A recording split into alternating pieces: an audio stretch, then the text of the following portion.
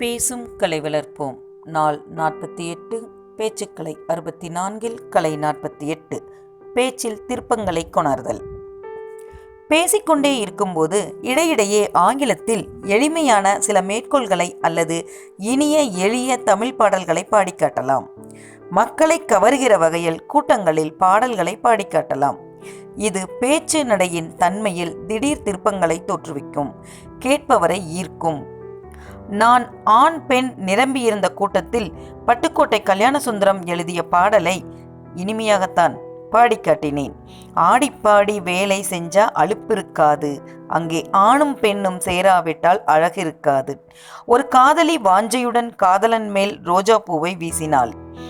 ஆனால் காதலன் மண்டை உடைந்து விட்டது. ஏனெனில் ரோஜா பூவோடு சேர்த்து அவசரத்தில் தொட்டியையும் வீசிவிட்டாள் என்று மாணவர்கள் நிரம்பிய சபையில் குறிப்பிட்டேன். எளிமையான ஆங்கில சொற்றொடர்களை நிரம்ப தெரிந்து வைத்துக் கொள்ள வேண்டும். அவைகளை தேவையான இடங்களில் பயன்படுத்தி கொள்ள வேண்டும். இவ்வாறு பேசும் பொழுது திருப்பங்களை பாடல்களிலோ அல்லது கவிதைகளிலோ கூறும் பொழுது கேட்பவருக்கு கவனங்களை முழுமையாக ஈர்த்து கொண்டு வந்து பேசுபவரை கவனிக்க வைக்கும். கலை 48 நிறைவடைந்தது. கலை 49 நாளை சந்திப்போம். நன்றி. இந்த வீடியோ பற்றிய கருத்துக்களை கமெண்ட் பண்ணுங்க. சேனலை மறக்காம சப்ஸ்கிரைப் பண்ணுங்க.